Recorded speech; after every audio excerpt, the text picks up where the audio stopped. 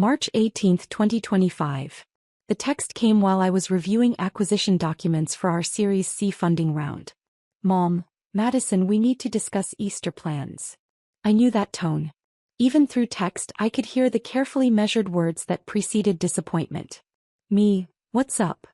Mom, your sister Ashley is bringing Christopher to Easter brunch. He just made junior partner at Whitman Cross. Harvard Law summa cum laude. Your father and I want to make a good impression. I waited. There was more coming. Mom, you understand this is important for Ashley's future. Christopher comes from a very prominent legal family. His father argued before the Supreme Court. We're hosting at the country club. Still waiting. Mom, perhaps it would be better if you sat this one out. You know how these attorneys are, very achievement-oriented. When they ask what you do, well, we don't want things to be awkward for Ashley. There was. Me, you're uninviting me from Easter because Ashley's fiancé is a lawyer? Mom, not uninviting. Just suggesting. You dropped out of law school, Madison. You work for some tech startup nobody's heard of. Christopher and his parents will be talking about cases, legal strategies, partnerships. You'll feel out of place. I looked at my office, floor-to-ceiling windows overlooking San Francisco Bay, my name on the door reading, Madison Harper, CEO and founder. On my desk sat the March issue of Forbes with my company on the cover. Legal Tech Revolutionaries. The Startups Killing Big Law. Me, I understand. Mom, you're not upset? Me, no Mom. Have a great brunch. Mom, we'll do something in May, just us girls. Maybe lunch at that nice Olive Garden you like. The Olive Garden I liked. I hadn't eaten at an Olive Garden in 4 years. But that was their image of me. The daughter who peaked in undergrad and never quite figured out the next chapter. Let me back up 6 years. I graduated Princeton with a 3.9 GPA, double major in computer science and political science. Got into Yale Law, Harvard Law and Stanford Law. Everyone assumed I'd pick Harvard. Dad went there, Ashley was already there, it was the Harper family tradition. I picked Stanford. Moved to Palo Alto. Made it through 1L year with top marks. Then I had an experience that changed everything. Spring semester I needed a document for a mock trial. Simple contract review. The law library charged students $200 for access to legal research databases. It took me 6 hours to find relevant case law. 6 hours of searching through archaic interfaces that looked like they hadn't been updated since 1995. I complained to my roommate, a CS PhD student. This is insane. We're training to be lawyers and the tools are from the Stone Age. He pulled up the database. Madison, this is garbage code. I could build something better in a weekend. Then why doesn't someone? Because lawyers don't know tech and tech people don't know law. You know both. That night I couldn't sleep. I kept thinking about it. Legal research was a $10 billion industry built on subscription models that charged firms $400 to $1,500 per attorney per month. The technology was deliberately opaque to justify the cost. And it was all completely unnecessary. I could build something better. I dropped out of Stanford Law 3 weeks before finals. Dad didn't speak to me for 6 months. Mom cried. Ashley called me the family embarrassment. I moved into a studio apartment in San Francisco with my roommate Chinli. We maxed out credit cards, lived on ramen and built the first version of Lex AI, an artificial intelligence platform that could do legal research in minutes instead of hours at 1/10 the cost. The first year was brutal. Law firms wouldn't meet with us. You're a dropout and a CS student. What do you know about legal research? Investors laughed us out of meetings. Legal tech? Lawyers hate change. Good luck with that. My family stopped asking about my life. At Thanksgiving year 1, Ashley was in her 2L year at Harvard. The family couldn't stop talking about her law review position, her summer associate offer at Whitman Cross, her networking with federal judges. Mom turned to me. And Madison, are you still working on your little project? We just signed our first client. A small firm in Oakland. How nice. Her tone said it wasn't nice at all.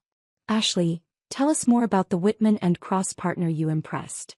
Dad leaned in. Maybe you should go back to school, Madison. It's not too late. I could make some calls, get you into a good program. I'm building a company, Dad. You're wasting your Princeton degree on a fantasy. Ashley's going to be making $200,000 as a first-year associate. What are you making? Anything. I was making $30,000 a year and sleeping on an air mattress. But we had 12 clients and our AI was getting smarter every day. I'm figuring it out, I said quietly. Ashley smirked. Some of us don't have to figure it out. Some of us planned ahead. Year 2 we raised $2.3 million in seed funding. Silicon Valley investors who actually understood what we were building. Our client base grew to 200 small and mid-sized firms. Revenue hit $800,000. I hired 15 people. Rented an actual office. Started paying myself $75,000 a year. At Christmas, Ashley announced her engagement to Christopher Whitman IV. Yes, from that Whitman family. Harvard Law, junior partner track, family legacy going back 4 generations. The dinner was the Christopher show. His case wins. His partnership trajectory. His family's legal dynasty. His father's Supreme Court arguments. The Whitman name on buildings at Harvard. Mom kept glancing at me like I was a stain on the tablecloth. When Christopher politely asked what I did, Ashley jumped in. Madison dropped out of Stanford Law to start a tech company. It's cute. Legal tech actually, I said. We're disrupting legal research. Christopher's smile was patronizing. Disrupting? That's ambitious. The legal industry is pretty resistant to change. I've noticed. What's your revenue? About $800,000 this year. He nodded like I'd confirmed his worst suspicions. Small potatoes. Whitman Cross bills $800,000 in a good week. Legal tech startups come and go. But firms like ours? We're institutions. Dad agreed enthusiastically. Exactly right. Madison, you should hear this. Christopher understands how the real legal world works. I bit my tongue and changed the subject. Later, Ashley cornered me. Stop trying to compete. You dropped out. You failed. Just accept it and move on. I didn't fail, Ashley. I chose a different path. A path to nowhere. Christopher makes more in bonuses than your entire company's revenue. Know your place. Year 3 was our breakthrough. We raised $28 million in series of funding. Signed our first big law client. A top 50 firm that cut their research costs by 60% using Lex AI. Then another. Then 12 more. Revenue hit $15 million. We had 120 employees. Tech publications started calling us the future of legal research. I was invited to speak at Stanford Law about legal innovation. I didn't tell my family. They'd stopped asking. At Easter year 3, Christopher and Ashley announced their wedding date, September 2025. Christopher's parents would be hosting an engagement party at their Connecticut estate. Very exclusive guest list, Mom said. Judges, senators, legal luminaries. I'm sure it'll be beautiful, I said. Well, Mom hesitated. It's really more for Christopher's professional circle. You understand. I wasn't invited to my own sister's engagement party. Ashley had the grace to look slightly guilty. It's just, Christopher's parents are very traditional. They asked for the guest list to reflect a certain caliber. I didn't meet the caliber requirements. Christopher added, no offense, Madison. But my father's firm represents Fortune 100 companies. The guests will be federal appellate judges, law school deans, managing partners. Your startup thing just doesn't really fit the atmosphere we're going for. I understand, I said. I did understand. I understood perfectly. Year 4 we went exponential. Series B funding. $95 million led by Sequoia Capital. Revenue, $67 million. Clients, 400 law firms including 12 of the AM Law 100. Employee count, 340. We expanded internationally. London office. Singapore office. Sydney. LexAI's AI could now draft contracts, predict case outcomes, automate due diligence, and do it all at speeds that made human associates obsolete for routine work. Big Law was terrified and adapting simultaneously, cutting associate hiring, slashing research budgets, restructuring their entire business model around our platform. The Wall Street Journal called. They wanted to do a feature for their April issue, the 30-year-old CEO killing Big Law's golden goose. The interview was scheduled for March. Publication date, Easter Sunday, March 31st. March 18th. The day Mom uninvited me from Easter. I sat in my office reading her text. Chinley knocked and entered. The Wall Street Journal photographer is here for your cover shoot. Cover. They upgraded from feature to cover story. Said your disruption numbers were too significant to bury on page 6. I looked at Mom's text again. Your father and I want to make a good impression. When they ask what you do, we don't want things awkward. Madison? You okay? I'm perfect. Let's do this shoot. The Wall Street Journal profile was comprehensive. 4 pages. Photos of our offices, our tech, me presenting at a legal tech conference to 3,000 attorneys. The headline, Legal Tech CEO Disrupts $50 billion Industry, How Madison Harper's AI Destroyed Traditional Legal Research and Made Big Law Obsolete. Key quotes from the article. Harper's Lex AI has single-handedly forced the legal industry to confront technological irrelevance. Firms that once charged $400 per hour for junior associates to do research now use AI that works faster, cheaper, and more accurately. With $67 million in revenue and 400 major firm clients, Lex AI is valued at $580 million in the private market. Industry analysts predict a $2 to $3 billion valuation if Harper takes the company public. Her AI has eliminated an estimated 8,000 legal research positions while making legal services 60% more affordable for clients. Harper is unapologetic. If your job can be done better by an algorithm, you should learn to build algorithms. The article mentioned I dropped out of Stanford Law, but it framed it as visionary. While her classmates studied for the bar exam, Harper was building the technology that would make much of what they were learning obsolete. There was a sidebar, How Lex AI Works, with technical specifications that made our AI sound like science fiction. And photos. Me in our server room. Me with Chin Lee. Me speaking to the California Bar Association about the future of legal practice. The issue was scheduled to hit doorsteps Easter Sunday morning. March 30th, the day before Easter. My phone rang. Ashley. First time she'd called in 8 months. Madison, I need to ask you something. What's up? Christopher's firm. They've been talking about some legal tech company that's destroying their research department. Cutting associate positions. His dad is furious. Okay. Is that your company? Are you the one doing this? I smiled. Why do you ask? Because Christopher's father is having an emergency partners meeting about the Lex AI threat. They're trying to figure out how to compete. Are you Lex AI? I'm the CEO and founder, yes. Silence. Long silence. Ashley. You're the one putting attorneys out of work? Christopher's firm just laid off 30 associates because of your AI. Did Christopher make partner yet? What? No, he's still on track, but... Then tell him to learn to code. The legal industry is changing whether Whitman and Cross likes it or not. Madison, this isn't funny. Christopher's family has been in law for 4 generations. You're destroying that. I'm destroying inefficiency. If Whitman and Cross adapted instead of resisted, they'd be one of our clients making more profit with lower overhead. But they're stuck in 1985, charging clients $400 an hour for work an AI can do in 4 minutes. You sound proud of yourself. I am. We've made legal services affordable for middle-class clients who could never afford big law before. We've eliminated billing fraud. We've made the law more accessible. Yeah, Ashley, I'm proud. Mom's going too. Mom uninvited me from Easter because I'd embarrass you in front of Christopher's family. So I don't really care what Mom thinks. She hung up. I went back to work. We had a product launch Tuesday. Easter drama wasn't my priority. Easter Sunday, March 31st. I spent the morning in my Pacific Heights apartment, the 3-bedroom condo I'd bought for $4.2 million in cash last year. Had breakfast on my terrace overlooking the Golden Gate Bridge. Did yoga. Caught up on emails from our London office. At 10:47 a.m., my phone started ringing. Declined. Declined. Ashley. Declined. Christopher. That was new. Declined.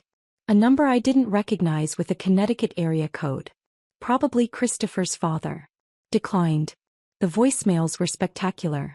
Dad, Madison, I'm holding the Wall Street Journal. You're on the cover? You're a CEO? Why didn't you tell us? Call me back immediately. Mom, sweetheart, everyone at brunch is asking about you. Christopher's father is here and he's very upset about your company. We need to talk about this. Why didn't you mention you were in the Wall Street Journal? Ashley, Madison, you've humiliated us. Christopher's father is furious. He's saying you're single-handedly destroying the legal profession. How could you do this to us? Christopher, Madison, we need to discuss your company's practices. My father wants to meet with you. Call me back. Unknown number, refined, angry voice. Ms. Harper, this is Christopher Whitman III. We need to have a serious conversation about your company's predatory impact on the legal industry. Call my office Monday morning. I poured mimosa and read the text. Ashley, everyone is staring at you. Ashley, Christopher's dad is livid. Ashley, Mom is crying. Ashley, how long have you been planning this? Mom, why didn't you tell us you were successful? We could have been supporting you. Dad, the managing partner of Christopher's firm is at our table.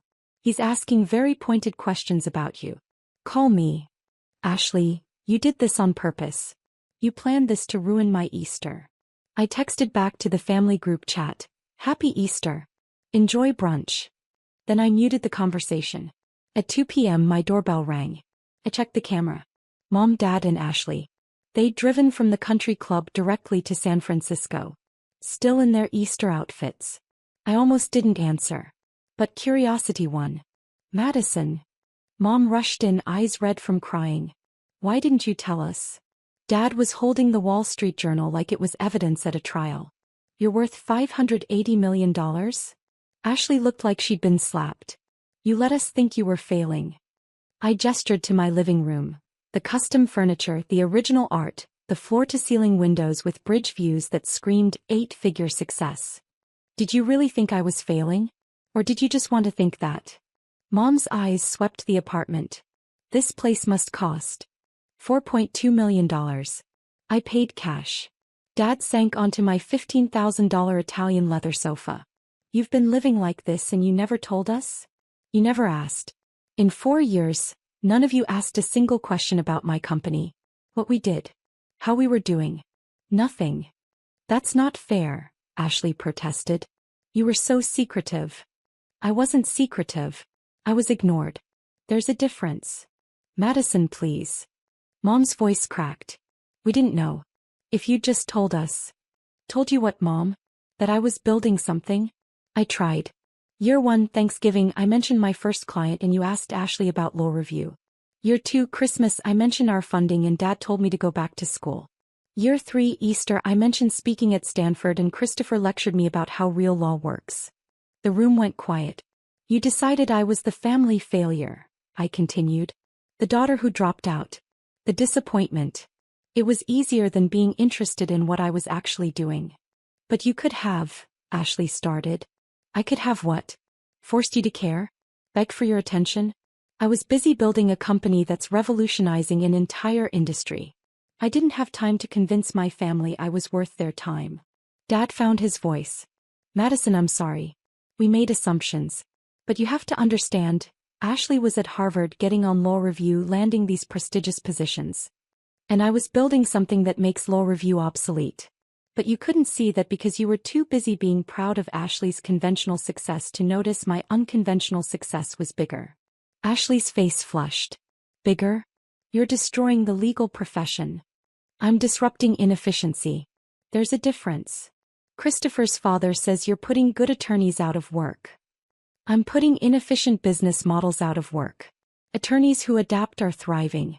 The ones who refuse to evolve are struggling. That's called progress. That's called being ruthless, Ashley snapped. Do you know what it was like at brunch? Christopher's father reading about you, getting angrier with every paragraph? His partners asking me how my sister could betray the legal profession? Mom crying because she didn't know her own daughter was on the cover of the Wall Street Journal. Sounds uncomfortable. It was humiliating. Weird. That's exactly how I felt when you uninvited me so I wouldn't embarrass you in front of Christopher's important lawyer family. That landed. Mom tried again. Sweetheart, we want to make this right. We want to be part of your success. We're proud of you. Are you? Are you proud of me or are you proud of the Wall Street Journal cover? Because those are different things. Both. We're proud of both. Then where were you 4 years ago when I was sleeping on an air mattress and eating ramen? Where were you 3 years ago when I signed my first major client? Where were you 2 years ago when we raised $95 million and I made the Forbes 30 Under 30 list? Mom blinked. You made Forbes 30 Under 30? 2 years ago. I didn't tell you because you'd already made it clear you thought I was wasting my Princeton degree. Dad looked devastated. Madison, please. We made mistakes. We want another chance. To do what? Be proud of me now that other people are? Claim credit for my success when you spent 4 years dismissing it. Ashley cut in. This is vindictive. You're punishing us for not being mind readers. How were we supposed to know you were building something huge if you didn't tell us? You never asked. My voice echoed off the windows. In 4 years, Ashley, you never once asked me how my company was doing. You called it cute, and my little project, and told me to know my place. You uninvited me from your engagement party because I didn't meet Christopher's caliber requirements. You excluded me from Easter because my job would be awkward compared to Christopher's Harvard law pedigree. I didn't know. You didn't want to know. It was easier to have a dropout sister to feel superior to. I was your cautionary tale. The family failure who proved you made the right choices. The silence was suffocating. Here's what's actually happening, I said quietly. You're not here because you're proud of me. You're here because I made you look foolish in front of people you wanted to impress. Christopher's father read about how my AI is destroying firms like his, and now you need to do damage control. That's not true, Mom whispered. Isn't it? If that article had run on any other Sunday, would you be here? Or would you still be avoiding me because I'm the daughter who doesn't fit your image of success? No answer. I thought so. Dad stood. What do you want from us, Madison? An apology? You have it. Recognition? You have it. What else? I want nothing, Dad. I genuinely want nothing. I have a company that's changing an industry. I have employees who believe in our vision. I have investors who valued my work at $580 million. I have respect from the people whose opinions actually matter to me. We're your family, Mom said. Are you? Because families show up. Families ask questions. Families support you before the Wall Street Journal tells them to. You're my relatives. But my family? That's Chin Lee, who believed in me when I was nobody. That's my team of 340 people who trusted me to build something revolutionary. That's the investors who saw potential when you saw failure. Ashley's phone buzzed. She glanced at it. Christopher wants to know if you'll meet with his father. No. Madison, please. Christopher's partnership review is in 6 months. If his father thinks our family connection to you is a liability. Not my problem. How can you be so cold? I learned from the best. You were cold when you uninvited me from Easter. Mom was cold when she suggested I'd embarrass you. Dad was cold when he told me I was wasting my degree. I'm just matching your energy. They left. Mom was crying. Dad looked older. Ashley looked furious. I poured another mimosa and checked my phone. The Wall Street Journal article had gone viral. Legal Twitter was having a meltdown. Big law partners were writing think pieces about the death of traditional practice. Young attorneys were reaching out asking how to get jobs at Lex AI. And my family group chat was exploding. Ashley, I hope you're happy. Christopher's father is talking about the partnership being delayed because of family associations with legal industry disruptors. Mom, please call us. We can work this out. Dad, your sister's career is at stake. Can you at least meet with Christopher's father? I typed a response, then deleted it. Typed another, deleted it. Finally, I uninvited myself from this conversation 4 years ago. You just didn't notice until now. Then I left the group chat. April 2nd. My assistant knocked on my office door. There's a Christopher Whitman 3 here to see you. He doesn't have an appointment, but he's insisting. Send him in. Christopher Whitman 3 was exactly what I expected. Silver hair, $5,000 suit, presence that filled a room. The kind of man who'd argued before the Supreme Court and expected everyone to remember it. Ms. Harper. Thank you for seeing me. I'm curious what you want to say. He sat without being invited. I'll be direct. Your technology is destroying the business model my family has built over 4 generations. Associates we've trained are being laid off. Research departments we've invested in are obsolete. You're dismantling the legal profession. I'm dismantling inefficiency. The legal profession will adapt. You're 29 years old with no law degree and you're lecturing me about the legal profession? I have a Princeton degree in poli-sci, 3 years of law school, and I built an AI that does legal research better than any associate at Whitman Cross. So yes, I'm lecturing you. His jaw tightened. I want you to understand what you've done to my family. My son's partnership is now in jeopardy because of his association with you through your sister. My firm has lost $40 million in research billings. We've had to restructure our entire associate program. And your clients are paying 60% less for better work. You're welcome. This isn't a joke, Ms. Harper. I agree. It's not a joke. It's the future. Firms like yours can adapt and thrive or resist and become obsolete. That's your choice, not mine. I want you to slow down. Give the industry time to adjust. I almost laughed. You want me to sabotage my company so you can protect your outdated business model? I'm asking you to show some professional courtesy. Like the courtesy your son showed my sister when he told her I didn't meet the caliber requirements for their engagement party? Like the courtesy my family showed when they uninvited me from Easter so I wouldn't embarrass them in front of you? He blinked. I don't know what you're talking about. Of course you don't. You've been too busy being outraged by my success to notice how your son treated my sister's family. Here's what's actually happening, Mr. Whitman. You want me to fail so you don't have to change. But I'm not failing. I'm succeeding spectacularly. And you have two choices. Become a Lex AI client and cut your research costs by 60%, or keep resisting and watch younger, smarter firms eat your lunch. You arrogant. I prefer confident. Now if you'll excuse me, I have a meeting with 3 a.m. Law 50 firms who are ready to enter the 21st century. He stood. Christopher is going to leave your sister. Then he'd be doing her a favor. A man who bases his relationship decisions on his father's business grievances isn't worth marrying. You're going to regret this. I regret nothing. I built something revolutionary while people like you told me it was impossible. I succeeded while my own family dismissed me. I'm on the cover of the Wall Street Journal while you're having a tantrum in my office. The only thing I regret is not realizing sooner that your approval was worthless. April 15th. Ashley called. Christopher broke up with me. I waited. His father said marrying into a family with legal industry antagonists would damage his partnership prospects. So he ended it. 4 years, Madison. 4 years of my life gone because you couldn't just be normal. Ashley. No. I need you to hear this. You destroyed my relationship. You humiliated our parents. You made me look like a fool at my own Easter brunch. And for what? To prove you're smarter than everyone? To get revenge. I didn't do anything to you, Ashley. I built a company. That's it. You timed that article for Easter on purpose. The Wall Street Journal set the publication date. I didn't even know it would be Easter until a week before. I don't believe you. I don't care. Ashley, your fiancé dumped you because his father can't adapt to industry change. That's not my fault. That's Christopher choosing his father's approval over you. You should be angry at him, not me. Everyone at the country club saw that article. Everyone knows you're my sister. They're all asking why you're trying to destroy the legal profession. I'm not destroying it. I'm evolving it. And if your country club friends can't tell the difference, maybe you need better friends. You've always been jealous of me. Admit it.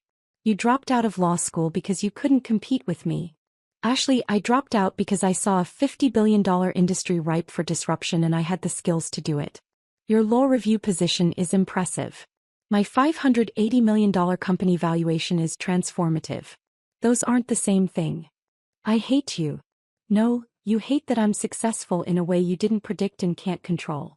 You hate that your conventional path didn't make you special. You hate that the sister you dismissed is now more successful than you'll probably ever be. She hung up. The Series C funding closed. $240 million led by Andreessen Horowitz. Post-money valuation. $2.3 billion. Lex AI now had 800 law firm clients. Revenue was projected to hit $180 million by year-end.